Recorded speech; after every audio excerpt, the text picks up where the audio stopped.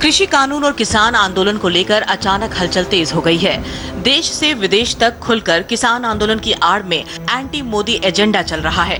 Climate activist Greta Thunberg ने किसानों के नाम पर इंडिया के खिलाफ प्रपंच फैलाने का जो एजेंडा चलाया, उसका सच सामने आ गया है। क्लाइमेट एक्टिविस्ट ग्रेटा थुनबर्ग ने जो टूल किट गूगल पर शेयर की, उसमें लिखा क्या था वो बताते हैं। इस टूल किट में 26 जनवरी दंगों की पूरी डिटेल दी गई थी, लेकिन ग्रेटा ने बिना पढ़े उसे ट्विटर पर शेयर कर दिया। इसमें प्रायर एक्शंस का जिक्र करते हुए लिखा गया था कि 26 जनवरी से पहले कैसे भारत का डिजिटल स्ट्राइक करनी है। प्रधानमंत्री कार्यालय, कृषि मंत्री, वर्ल्ड बैंक और IMF जैसी संस्थाओं को टैग करने की बात कही गई थी। फिजिकल एक्शन का जिक्र करते हुए लिखा गया था कि 26 जनवरी को भारत में मौजूद दूतावास, सरकारी इमारतों, बिजनेस हाउसेस पर जाकर कैसे एक्शन लेना है। विदेशों में 26 जनवरी को कैसे कोहराम मचाना है। ग्रेटा ने जो टूल किट शेयर किया और बाद में उसे डिलीट किया, उसे किसान एकता कंपनी ने बनाया था। किसान आंदोलन के नाम पर भारत को बदनाम करने की कोशिशों के बीच अमेरिका हिंदुस्तान के साथ खड़ा है। अमेरिका ने कृषि कानून पर भारत का समर्थन किया है। अमेरिकी विदेश मंत्रालय ने कहा है कि वो ऐसे कदम का स्वागत करता है जिससे दुनिया में भारतीय बाजार का प्रभाव बढ़े। अमेरिका के मुताबिक कृषि कानूनों की वजह से ज्यादा निजी निवेश आएंगे। साथ ही अमेरिका ने भारत में चल रहे आंदोलन पर भी अपनी राय दी है।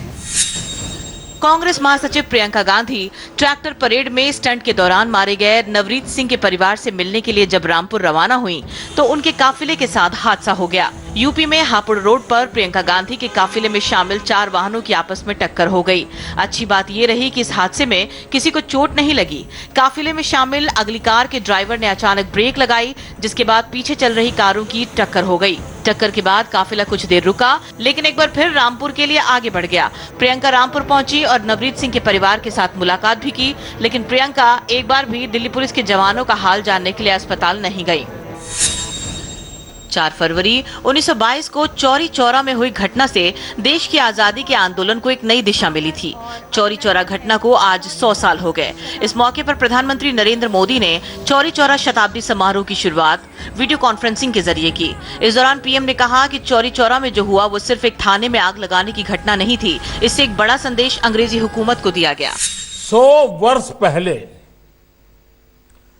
चौरी चौरा में जो हुआ वो सिर्फ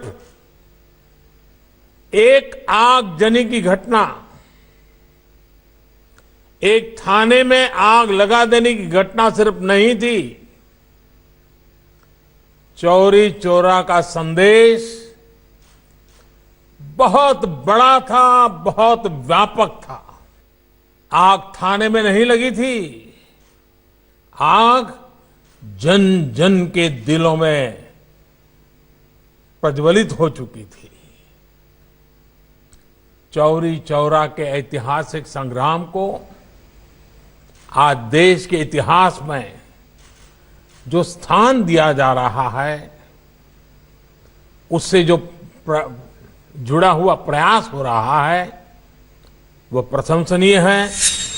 भारत और इंग्लैंड के बीच 4 मैच की टेस्ट सीरीज का आगाज कल से चेन्नई के चेपॉक स्टेडियम में हो रहा है। सीरीज के पहले दोनों टेस्ट चेन्नई में ही खेले जाएंगे।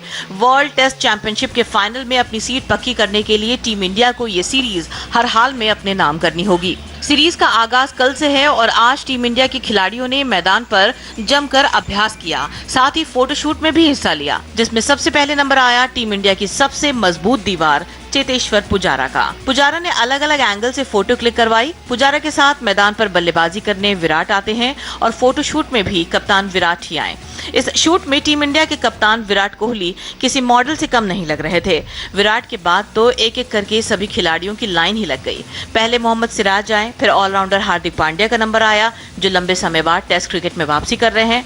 ऑस्ट्रेलिया में अपने बल्ले का लोहा सभी को मनाने वाले शुभमन गिल भी इस फोटोशूट में काफी स्टाइलिश नजर आए। पहले तो ऐसी तस्वीरें कम देखने को मिलती थी, लेकिन अब हर सीरीज में पहले खिलाड़ियों का इसी अंदाज में फोटोशूट होता है जिसमें ये मस्ती करते हुए भी नजर आते हैं।